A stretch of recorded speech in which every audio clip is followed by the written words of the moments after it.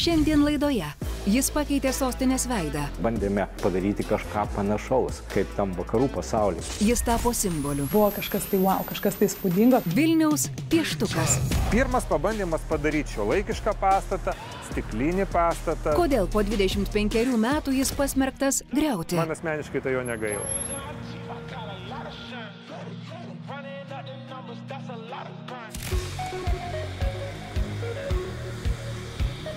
2000 metų Vilnius permainų sūkuryje atsidūręs miestas. Rusijos finansų krizės smūgius išgyvenusi šalies ekonomika pradeda kelti galvą. Užsienio investuotojai vėl žvelgia į Lietuvos sostinę kaip į perspektyvų tašką žemėlapyje. Tačiau čia praktiškai nėra modernių biurų. Dabartinėje Konstitucijos prospekto teritorijoje duobėtos dykros ir apleisti griuvėsiai. Šios laidos istorijos herojus – biurų pastatas Geležinio Vilko gatvėje, vadinamasis pieštukas. 15 aukštų, tačiau išdidžiai vadintas dangoraižiu. Pirmasis stikliniu fasadu, pirmasis dešiniajame Neries krante ir pirmasis modernus biurų pastatas, kurį ruošiamasi nugriauti. Atrodo, kad 25 metai trumpas laiko tarpas, tačiau atsigręžus atgal matyti, kaip smarkiai 20 amžiaus pabaigos Vilnius skyrėsi nuo šiuolaikinio miesto.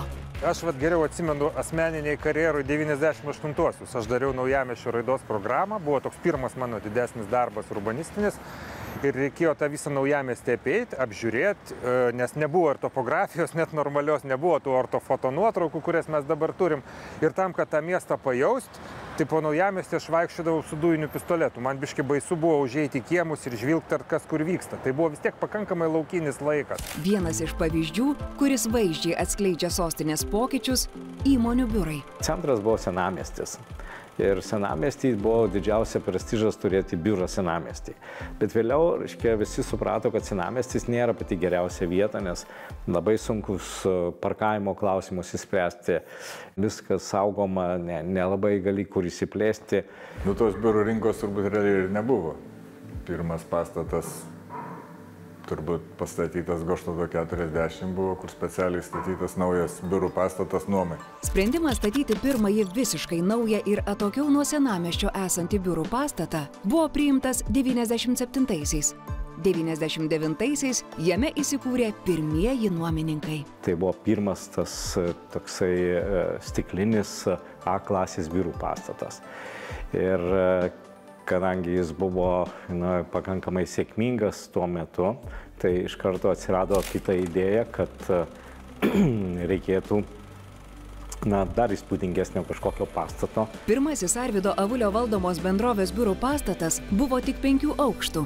Norėjo statyti dvigubai aukštesnį, tačiau tuo metu negavo leidimo. Aš keletą metų dirbau Vokietijoje ir mačiau tokių labai įspūdingų ir pastatų, kurie tiesiog man atrodė tuo metu labai darė didelį įspūdį.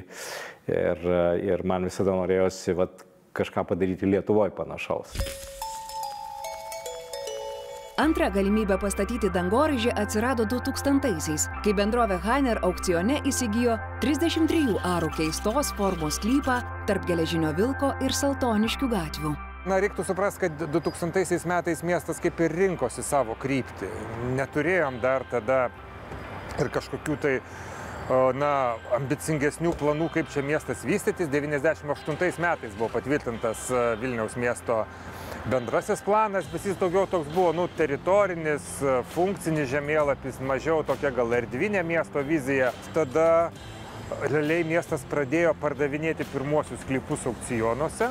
Ir čia buvo tie pirmieji sklypai, kur įsigijo tuometiniai verslininkai, planuodami kažką statyti. Šioje vietoje statinių aukštis apribotas iki 7 aukštų. Tačiau nuo pat pradžių įmonės atstovai kalbėjo apie mažiausiai 12 aukštų pastatą. Tikri dangoraižiai, 50 aukštų ir po 100 aukštų.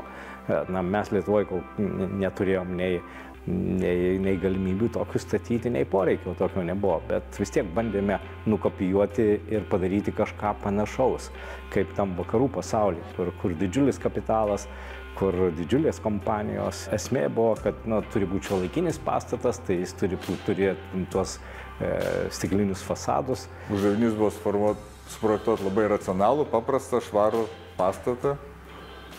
Reiškia, įvertinant tai, kad, kaip sakiau, biurų poreikis buvo nedidelių patalpų, 200-300 kvadratų ir sugalvoti, kaip iš to padaryti. Užsakymą projektuoti daugiaaukštį gavo architektas Audrius Ambrasas, kuris tuo metu dar nebuvo gavęs nacionalinės kultūros ir meno premijos, bet jau buvo dirbęs su viešbučio Stikliai rekonstrukcija, įrengęs banko Snoras operacijų salę ir jau turėjo darbo su Arvydu Avuliu patirties. Ten buvo turbūt kažkokių bendrų pažįstamų bendravimas šeimoje ar dar kažkur.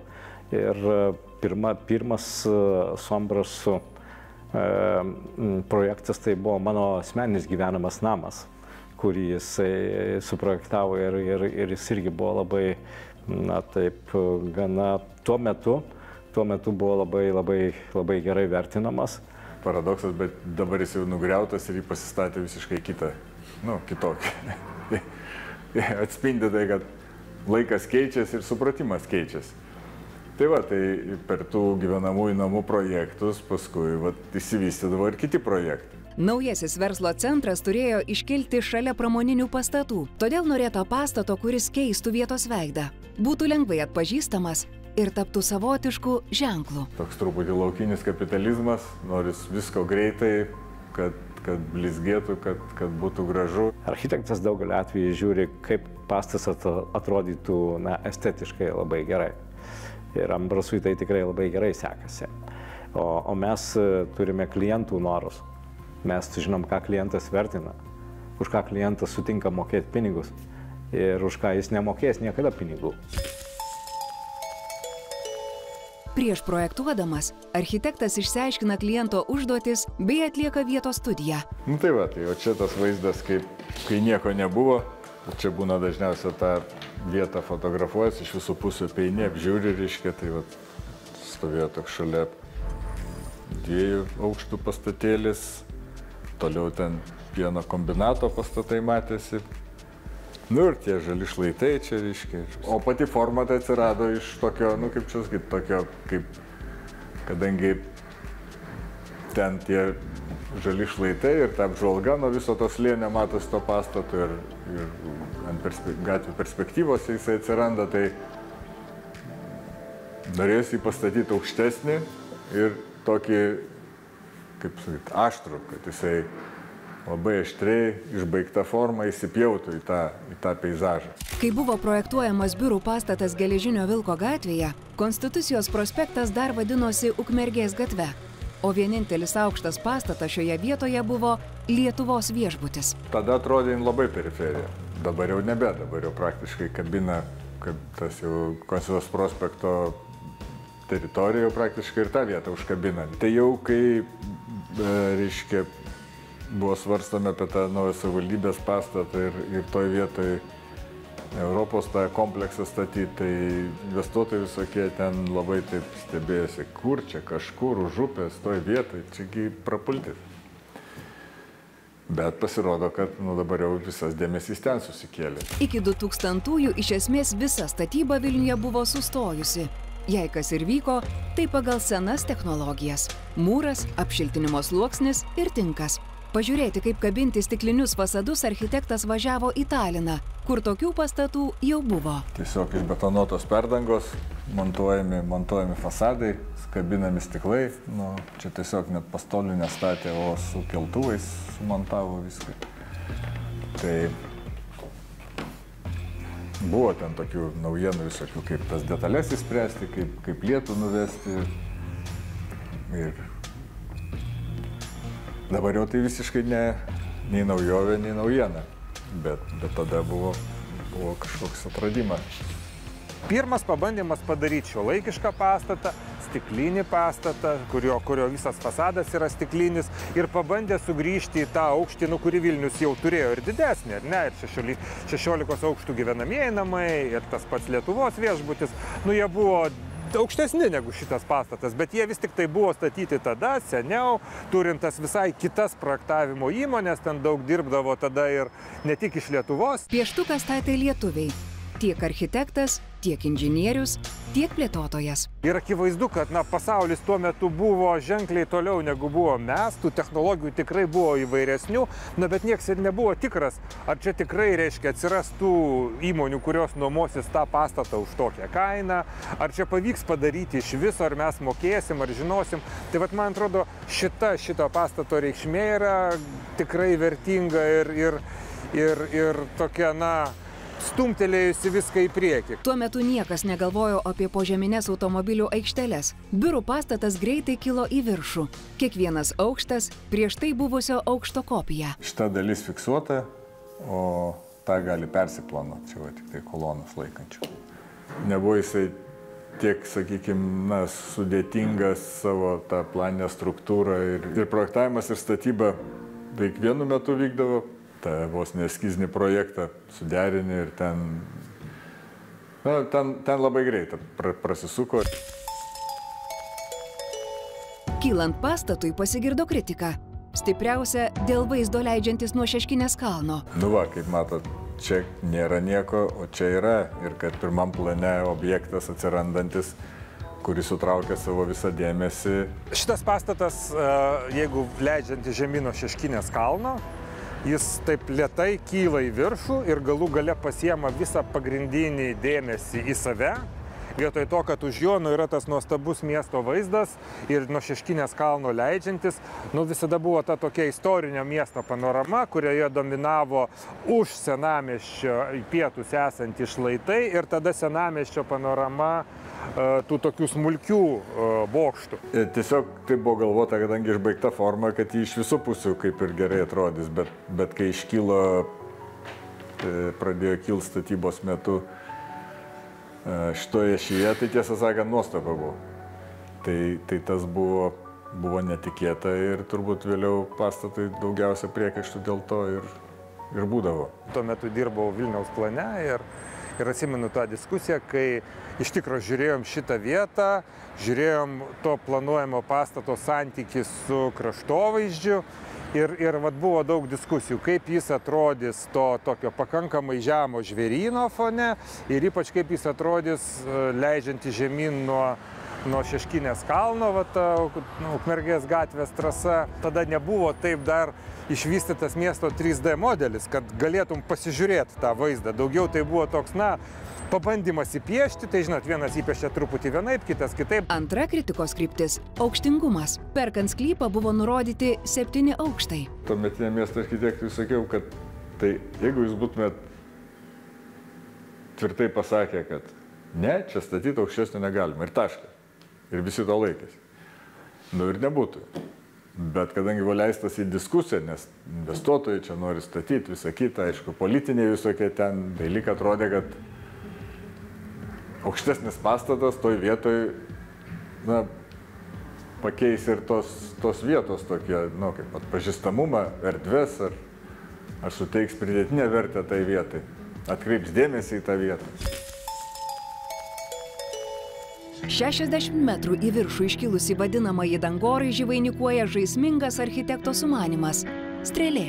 Po to sulaukdavau, kam nereikalinga, tai iš tiesų tai niekam nereikalinga. Tiesiog toks prie visos tos išbaigtos formos atsirado kaip tokia įsmeigta plunksna, tokia smailė ar kažkoks toks elementas. Užsakovas prašė visiškai racionalaus pastato, bet vis tik tai atsirado ir tokių dalykų, kuris kaip ir neracionalus, bet suteikia tokį įvaizdį. Mes sutikome tą padaryti, nors tai iš tikrųjų kainavo ir pakankamai brangiai, nes ta idėja jau atsirado tada, kai pastatas buvo beveik pastatytas. Strėlė ant stogo buvo montuojama su sraigtasparniu. Tai helikopteris atskrido ir kabodamas ore tą anteną, reiškia, įsimontavo. Tai, ir tai pavyko mums tik iš antro karto, iš pirmo karto nepasisekė. Jeigu tai dabar būtų, tai čia turbūt kas nors iš rinkodaros sugalvotų, reiškia, ir sakytų, padarom šitaip, tai čia subėgs visos televizijos, visos kameros ir viską. O man atrodo, kad tuo metu mes net tiek nebuvom išprusę, ir net nepasikvietėm ten nieko, kad kažkas filmuotų. Ir nuotrauką gal, man atrodo, dar aš kažkokią esu matęs, bet tikrai nesu matęs, kad būtų koks nors įrašas, kur ten galėtų kažkas parodyti, kaip ten buvo nufilmuota. Pieštukas buvo projektuojamas kaip ekonominis biurų pastatas. Jame įrengta tik tai, ko 2000-aisiais žmonėms reikėjo dirbant. Kaip tas ekonomiškumas atsispindi, tai yra tų nuomojimų plotų santykis su bendraisiais. Tai ten yra visiškai minimalus, nes ten, kai į aukštą patekus, tai yra tik mažas koridorius ir visa kita jau tas tiesiogiai nuomojamas plotas. Taip pat buvo padarytas sprendimas toks matytas iš užsienio projektų, kadangi reikalingos 2 evakuacinės laiptinės, jos padarytos sutapdintos. Tai reiškia, 2 laiptinės supintos. Ilgai teko, gaisrininkam įrodinėti, kad taip gali būti ir kad tai veikia ir visa kita. Jie tada patikėjo ir po to Vilniui dar porą pastatų su tokiam laiptinėm yra pastatyta, bet po to dabar jau normas įrašyta, kad tokių laiptinių būti negali. Kodėl negali, nežinau, bet tiesiog nebegali būti tokie. 2000-aisiais nekilnojamojo turto plėtotojai Lietuvoje statė pirmus modernius biurų pastatus. Tačiau pasaulyje tokie pastatai jau turėjo kelių dešimtmečių tradiciją. Biuras, taip kaip mes jį dabar suvokiam, turbūt atsirado 20-ojo amžiaus pradžioje. Tai tuo metu biurai atrodė kaip fabrikai, tik vietoj staklių stovėjo stalai. Atviras planas išliko populiarus ir 20-ojo amžiaus viduryje pradėtuose statyti dangoraižiuose. Nors žinoma, darbuotojai produktyviau yra dirbti uždaroj patalpoj, bet elementarus dalykas kaip kaštai. Bendroje erdvėje tų darbuotojų gali skirti 2-3 kvadratinius metrus, sėdint vienoje linijoje, prie stalo. Jeigu tu darbuotojui skiri kabinetą, tai jau reikalauja kokių 60 kvadratinių metrų. Ta biurų struktūra, jinai buvo tada, jinai išliko ir dabar. 9-ame dešimtmetyje buvo pabandyta darbuotojams suteikti daugiau privatumo, todėl atsirado atitvarai tarp stalų. Tai buvo savotiška privačios erdvės iliuzija. Iš tikrųjų, jinai nelabai veikia ir nei jinai patiko žmonėms, nei jinai pasiteisino. Tai vėlgi 90-aisiais, kai jau su interneto augimu grįžo vėlgi senos tendencijos sodinti žmonės į bendras erdves, bet jas galbūt grupuoti į komandas. Pieštuko statybos prasidėjo 2000-ųjų spalį. Kitų metų lapkritį nuomininkai jau galėjo įsikelti. Didžioji dalis sutartis pasirašė pastato dar nepabaigus. Nuomininkus dabar ženkliai sunkiau surasti nei tuo metu, nes tokie pastatai, kurie buvo modernūs ir jų Lietuvoje nebuvo, tai akivaizdu, kad jie traukė visų dėmesį. Ir mes būtent tą pieštuką užpildėme labai greitai. Nuomojant biurus šiame pastate pirmą kartą pritaikyta kainodara, kai daugiau kainuoja aukščiau esantis biurai. Tam, kad mėgautis vaizdais iš viršutinio 15 ir 16 aukšto, mes tiesiog taikėme tą kainodarą didesnę šiek tiek. Nes yra skirtingas vaizdas 2, 3 aukšte ir skirtingas yra 15 aukšte. O kompanijos būtent ir sutiko mokėti didesnį mokestį, nes jos turi geresnį vaizdą. Kainos tuo metu jos pralenkė mūsų lūkesčius, nes žmonės sutiko kompanijos mokėti didesnę kainą nei mes skaičiavome ir tas ekonomiškai buvo labai geras projektas. Ta pati pradžia, kai tokių pastatų Vilniuje nebuvo, tai buvo iš tikrųjų labai įspūdinga. Tai galiu pasidalinti kolegos istoriją. Jisai dar būdamas 2000-ųjų pradžioje, būdamas studentas, ką tik grįžęs iš work and travel, iš Amerikos, su ta tokia pamatęs amerikietišką svajonę, jis grįžo į Vilnių, atvyko į Oberhausą į darbo pokalbį.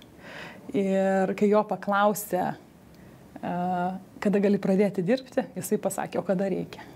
Nes jam šis pastatas, grįžusiam iš Amerikos, buvo kažkas tai wow, kažkas tai įspūdingo, tai buvo tas tokia užuomena to amerikietiško gyvenimo.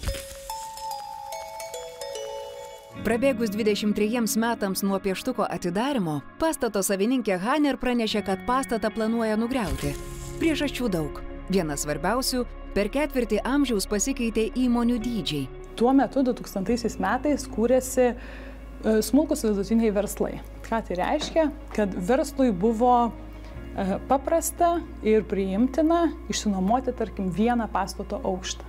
Ir kadangi šis verslo centras pakankamai kompaktiškas, tai vieno aukšto pilnai užtekdavo vienai įmoniai. Tas biurų pastatas buvo pastatytas būtent mažoms kompanijoms ir vienam aukšte ten yra 350 metrų. Dabar kompanijos po ketvirčio amžiaus Lietuvoje išsiplėtė, išaugo, verslas pasidarė stiprus, galingas. Daugelis kompanijų turi šimtus darbuotojų, kurie reikia, ir jie nori, jų poreikis, kad jų biuras būtų vienam aukšte. Jie nenori turėti per kelis aukštus biurus ir dėl to mums diktuoja sąlygas. Dabartinės įmonės, ieškodamos biuro centre, pageidauja keliskart didesnio ploto aukšte, nei gali pasiūlyti pieštukas. Per 25 metus pasikeitė ir tai, ko mes tikimės iš biuro. Darbo vietos yra kūriamos, biurai yra kūriami tam, kad žmonės susirinktų, bendrautų, apsikeistų informaciją, dirbtų komandomis ir turėtų tokį laiką socializacijai. Tai dėl to ir biurose atsirado didelis poreikis turėti pramogų erdvės, poilsio erdvės, konferencinės salės, kuriuo naudojasi keletas nuomininkų. Ir taip iš principo pasikeitė ta ofiso struktūra. Biurų pastato savininkai į architektą dar kartą kreipėsi klausdami, ką daryti. Jau buvo susidėvėję liftai, pasenę kiti inžineriniai sprendimai. Renovuoti jau investiciją ir galvoja, kad, sako, labai mažas aukšto plotas, kaip tada, kad buvo. Tai ar nebūtų galima jį padidinti. Tai viena, tai aišku, detalus planas to neleistų, nes tada buvo apibrėžta tik tas kontūras. Antra, sakiau, kad arba jau tada jį restauruoti kaip tokį reliktą ir viską remontuoti, arba tada gal pabandyti, kaip čia pasakyti, tam tikras klaidas ir ištaisyti. Padaryti žemesnį su didesniu aukšto plotu, su vidiniu atriumu, kad atsirastų tų jau ir pastate erdvių, kur žmonės tiesiog ne tik tai savo kambarėlėje užsidarę dirba. Paprastai tokie pastatai tarnauja 50-70 metų. Tinkamai prižiūrimi net ilgiau. Kyla klausimas, ar ne, kai eina kalba apie 25 metų pastatą, kurį ruošiamasi griauti. Tai pagrindinis klausimas yra, ar tai yra tvaru. Tai šiais laikais nugriauti pastatą ir pastatyti naują kainuoja daug pigiau, negu jį rekonstruoti. Ir kai yra tokia tendencija kažkaip be tinkamos įstatyminės bazės įpareigoti vystytoją rekonstruoti, o ne griauti, praktiškai neįmanoma. Atskirom dalim mes demontuosim tą pastatą ir žiūrėsim, ką mes galim perdirbti. Ir mūsų tikslas, kad būtų šitas pastatas taip išmontuotas dalimis, kad būtų jo 90% tikimybė ir galimybė perdirbti. Pieštuką pakeisiančio pastato eskizai atsirado greitai. Kažkuria prasme ta dizainiška idėja tokia prasitęsė, kaip, kadangi tas sklypas trikampis ir tie elementai tokie, gana greit nusipiešė tas eskizas, maketas atsirado, parodžiau ir užsikabino, kad kažkas išliktų iš to buvusio pastato, kažkaip įsikomponavo ir tą smailę, kurią planuojam įkomponuoti, uždėti ir naujam projektavim pastate. Arvydas Avulis prisimena, kad šis biurų pastato projektas buvo vienas sėkmingiausių bendrovės istorijoje. Po jo įmonę pradėjo tikėti bankai, kiti rinko žaidėjai. Pieštukas iš tikrųjų tuo metu sukūrė labai gerą ir didelį įvaizdį. Ir tai, kad tiesiog jį išgraibstė rinkoje, mums suteikė daugiau pasitikėjimo ir jėgų daryti kitus projektus.